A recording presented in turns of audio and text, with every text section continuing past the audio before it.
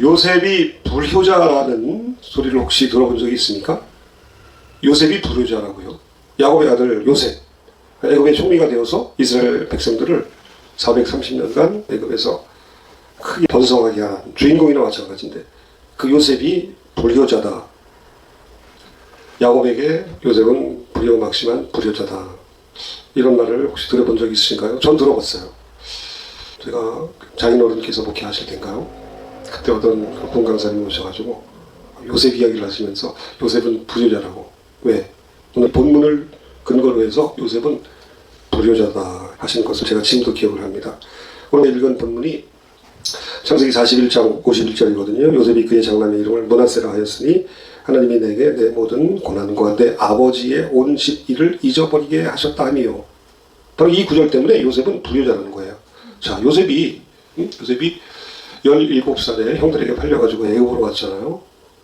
그리고 13년 만에 총리가 되었고, 요때가 어느 때냐면 7년 풍년이 들던 때예요. 총리가 되어서 애굽 왕의 주선으로 그가 결혼을 하고 두 아들을 낳는데, 첫 번째 아들이 므낫세잖아요. 그리고 두 번째 아들이 차남의 이름이 52절에 나오는데 에브라임이다. 므낫세 에브라임. 자, 그러면 자신이 13년 그리고 플러스 약 7년 하니까 근 20년간 그 아버지 곁을 떠난 거잖아요. 그러면 자신의 생사에 대해서 아버지가 어떻게 알고 계실지 이것도 아직 확실하지 않은 상태란 말이에요. 정상적인 아들이라면, 총리가 되었다면 가나안에 있는 아버지에게 전가를 보내서 내가 무사히 있습니다, 아버지 걱정 마십시오 하면서 아버지 야곱에게 소식을 전했어야 했다는 것이죠. 그런데 보십시오. 오늘 본문에 보니까 요셉이 내 아버지의 온 집 일을 잊어버리게 하셨다. 자, 이걸 가지고 그 목사님께서는 요셉은 불효자다. 근데 사실은 그렇지 않은 거죠. 요셉은 절대 불효자가 아닙니다. 누구보다 아버지를 잊지 못했고, 누구보다 형들을 진정 용서하고 사랑했던, 그리고 아버지의 그 유언, 아버지의 유언이 뭐예요?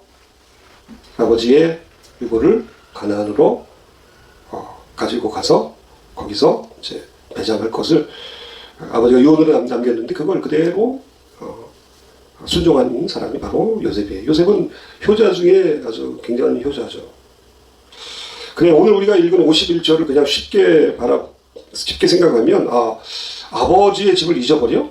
아버지에게 소식을 전하고 아버지를 찾아가고, 내가 총리가 되었으니까 아버지를 좀 더 잘 모실 생각을 안 한 것만 보고 요셉을 불효자라 할 수는 없는 것입니다. 왜냐하면 여기서 말하는 온 집 일을 잊어버렸다, 내 모든 고난과 아버지의 온 집 일을 잊어버리게 하셨다 하는 것은, 하나님께서 요셉에게 은혜를 주셔서 그가 지금까지 당했던 모든 고난, 이 모든 것들에 대해서 잊어버릴 수 있는 일종의 망각의 은총을 주셨다 하는 것입니다.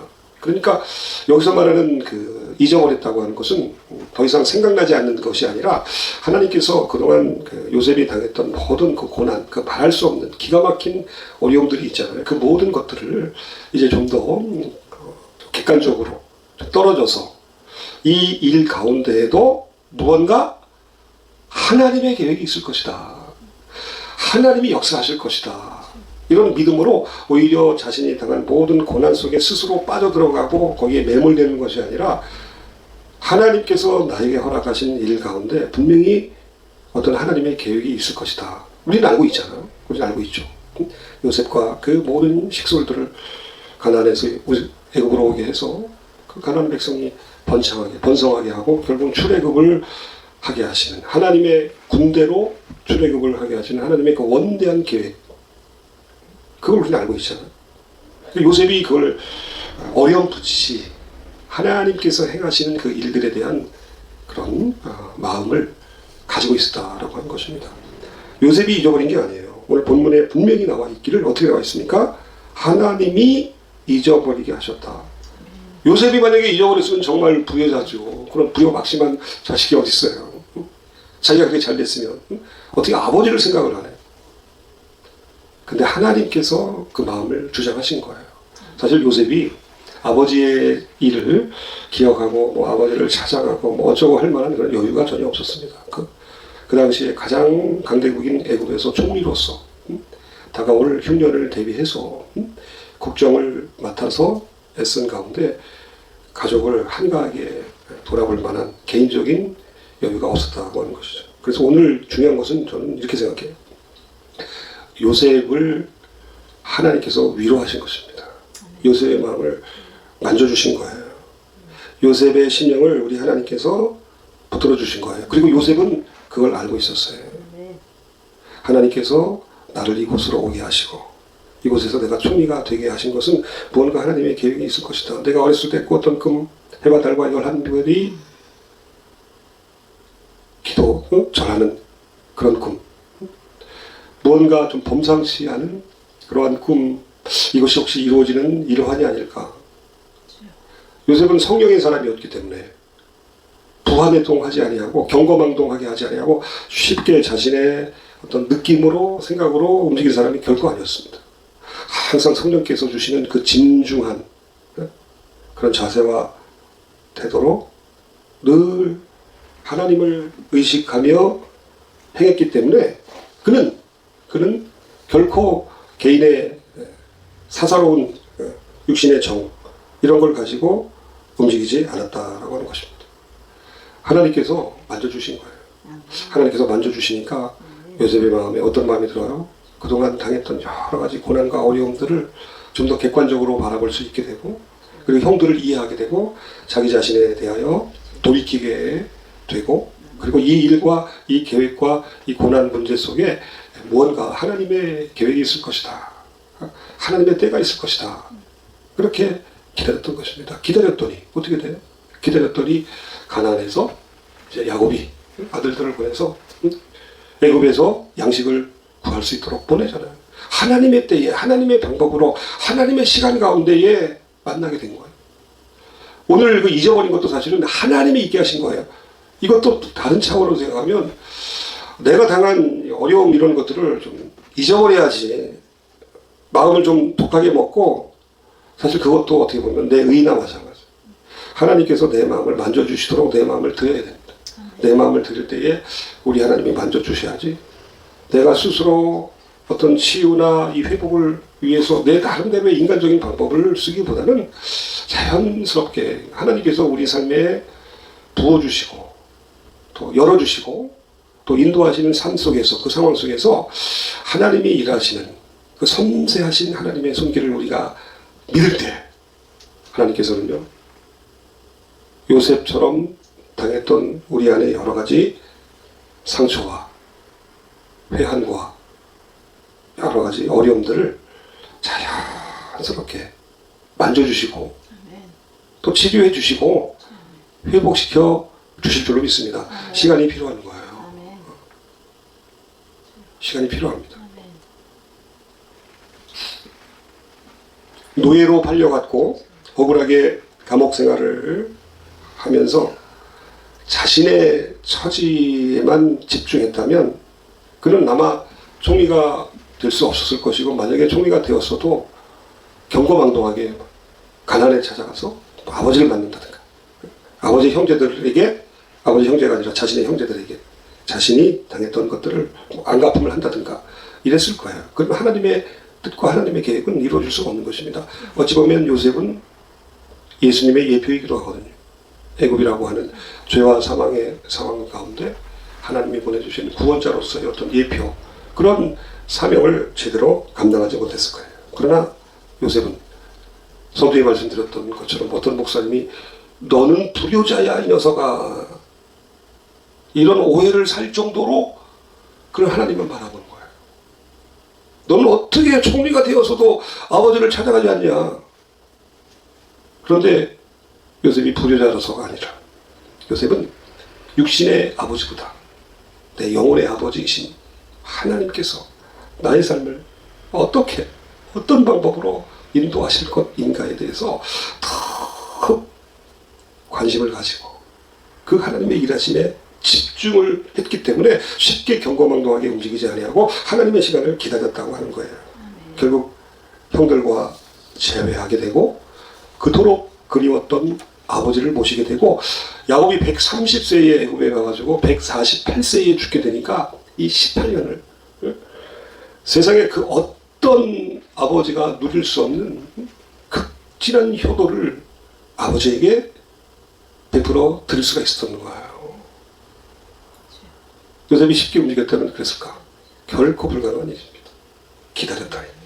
조용히 잠잠히 하나님을 신뢰하며 광야에 길을 내시고 사막에 강을 내시고 지하에 빛을 주시는 그 하나님을 신뢰할 때에 우리는 다 알 수 없지만 다 보이지 않지만 누가 물어보면 분명하게 대답할 수 없지만 그러나 반드시 우리 하나님은 살아계셔서 우리를 위로하시고 고치시고 회복시키시고 우리를 우리 각자의 높은 곳으로 다니게 해 주실 줄로 믿습니다. 요셉은 성령의 사람이었어요. 작은 생각도 판단도 계획도 물론 이제 이런 면도 얘기할 수가 있어요. 요셉은 바빴다. 그래서 우리는 바쁘게 살아야 한다.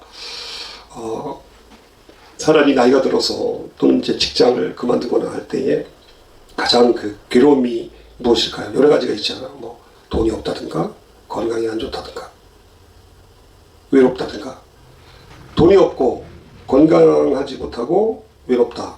근데 이거보다 더 무서운 게 또 있대요. 이 세 가지가 잘 해결이 되더라도 돈이 좀 있고 좀 몸이 건강하고 외롭지 않더라도 정말 무서운 건 뭐냐면 무의, 할 일이 없다는 거예요. 이 할 일이 없다는 게 그렇게 무섭다잖아요. 그러니까 우리가 일할 수 있는 게 얼마나 큰 은혜입니까? 우리가 설교할 수 있고 기도할 수 있고 우리 간사님 또 이 선교에서 이 귀한 이 선교 행정 이 얼마나 그래요. 그래서 할 수 있으면 끝까지 일을 해야 되는데 근데 그런 차원이 아니라는 거예요. 요셉이 바빠서 아버지를 찾지 못한 것이 아니라 요셉은 기다리는 거예요. 요셉 한마디면 요셉은 그 당시에 애굽 바로의 버금가는 사람이었기 때문에 말 한마디면 아버지의 모든 상황을 다 파악할 수 있고 나름대로의 어떤 그 실권으로 아버지를 봉양할 수도 있었습니다. 또 형들에게 뭐 그럴 일 없겠지만 원수도 갚을 수도 있어요. 전혀 그러지 않아요. 그냥 기다리는 거예요. 기다리는 거예요. 하나님의 꿈이 하나님의 계획이 하나님의 역사가 이루어질 것이다. 어떤 자들에게 살아계신 하나님을 경외하고 하나님을 바라는 자들에게 이루어질 것이라고 믿고 기다렸던 것입니다. 하나님을 경외하는 사람. 그래서 오늘 제가 우리 교회에 이제 교단의 설립 청원을 내려고 했더니 교회 근처 300m 이내에 같은 교단 교회가 있으면 허락을 받아야 된대요. 그래서 제가 저 금달래 사거리 가다 보니까 예수 경외교회라고 있는데 보니까 우리 합동 측 로고가 붙어 있어서 오늘 이제 갔습니다.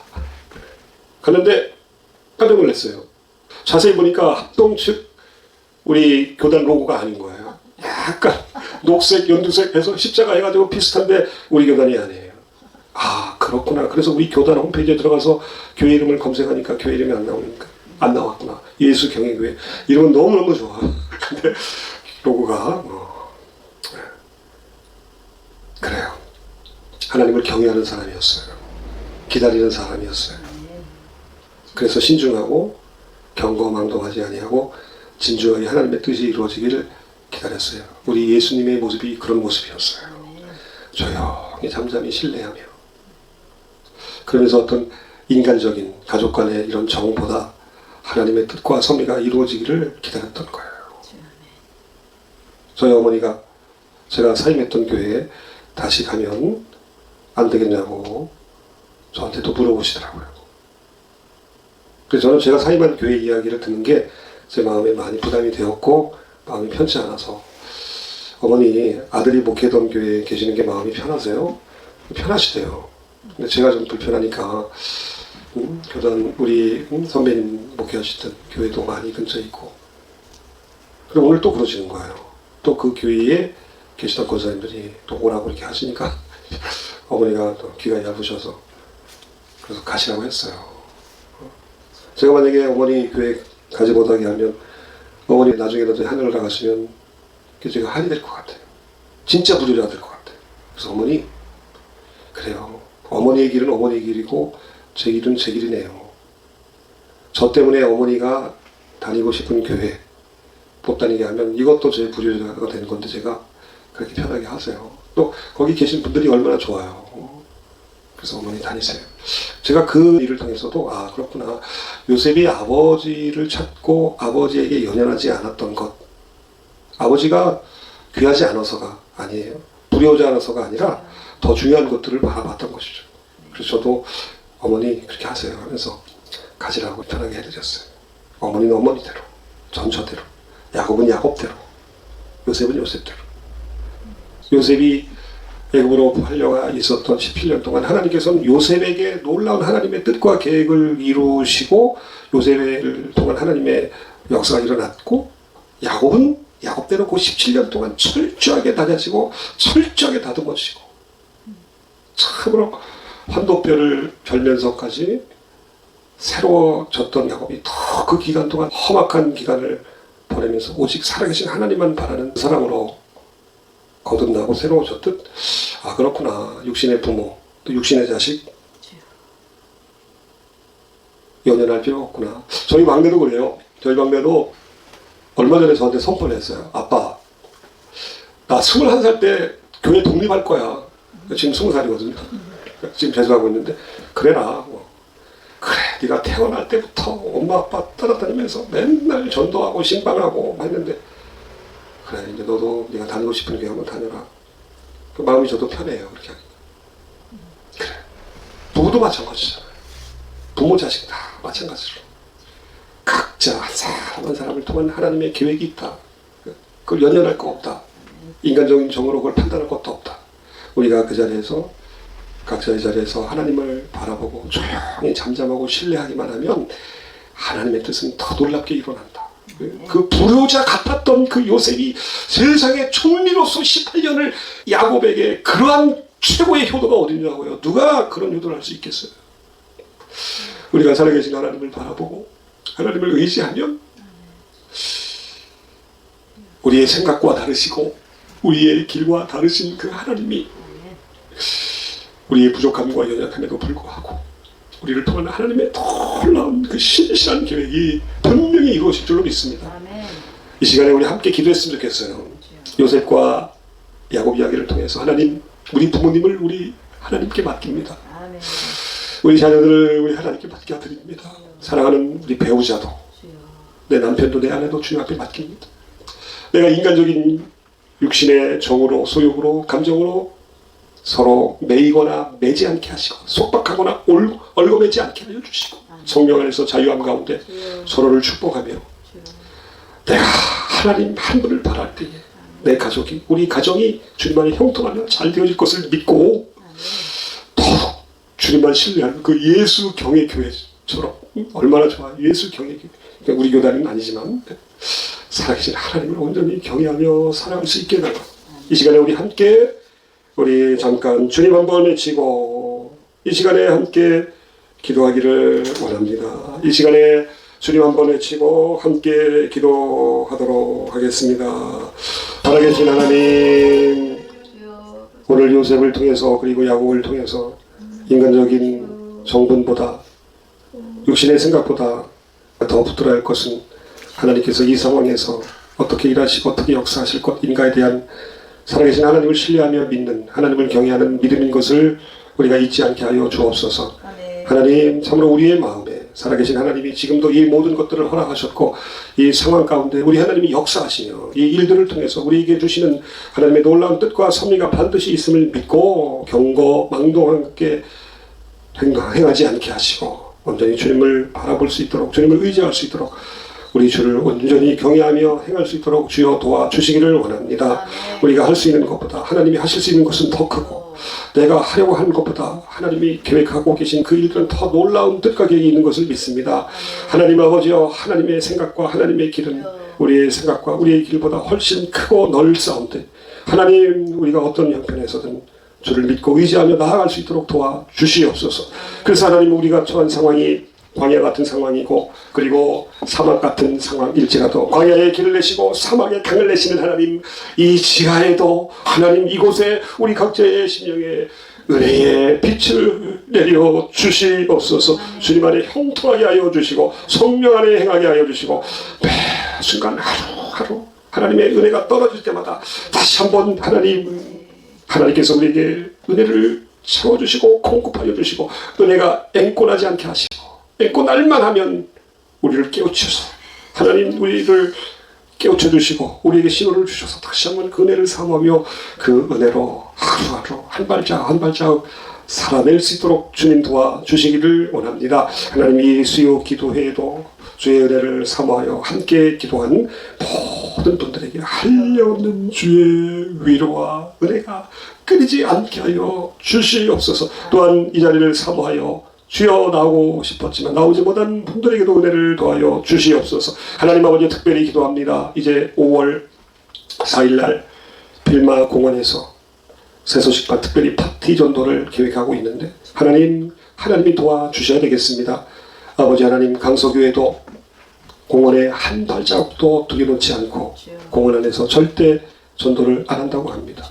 민원이 얼마나 드센지 그래서 굉장히 조심스럽고 지롭게 해야 하는데 아버지 지금까지 모든 주일마다 하나님이 지켜주셔서 어린아이들을 전도하고 그들을 영접시키고 복음을 전할 수 있게 하셨는데 이번 학기 새소식반 잘 마칠 수 있게 하시고 특별히 5월 4일 날 그 파티 전도에 많은 아이들이 주 예수 그리스도를 영접하게 하시고 주님, 그래서 우리 교회가 유치동부가 없기에 주변에 다른 교회에 가서라도 잘 성장할 수 있게 하여 주시면 뿌린 복음의 씨앗들이 아름답게 열매 맺도록 도와주시고 특별히 하나님 오늘 이 자리에 참여한 모든 분들에게 은혜를 도와여 주시고 아버지 우리 브로큰 선교회 특별히 기억하여 주시고 주님 우리 대표 목사님과 우리 고목사님 모든 간사님들마다 위해 하나님의 은혜로 늘 평강할 수 있도록 형통할 수 있도록 주여 도와주시고 하나님 아버지 우리 브로큰에 속한 모든 선교사님들 또 이곳 선교관에 계신 모든 선교사님들 주님 안에서 주께서 허락하시는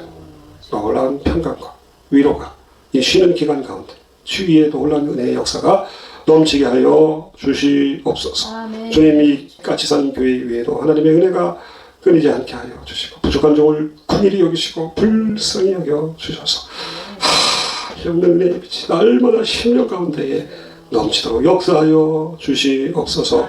감사합니다. 축복합니다. 우리 구주 예수님 거룩하신 이름으로 기도하옵나이다. 아멘.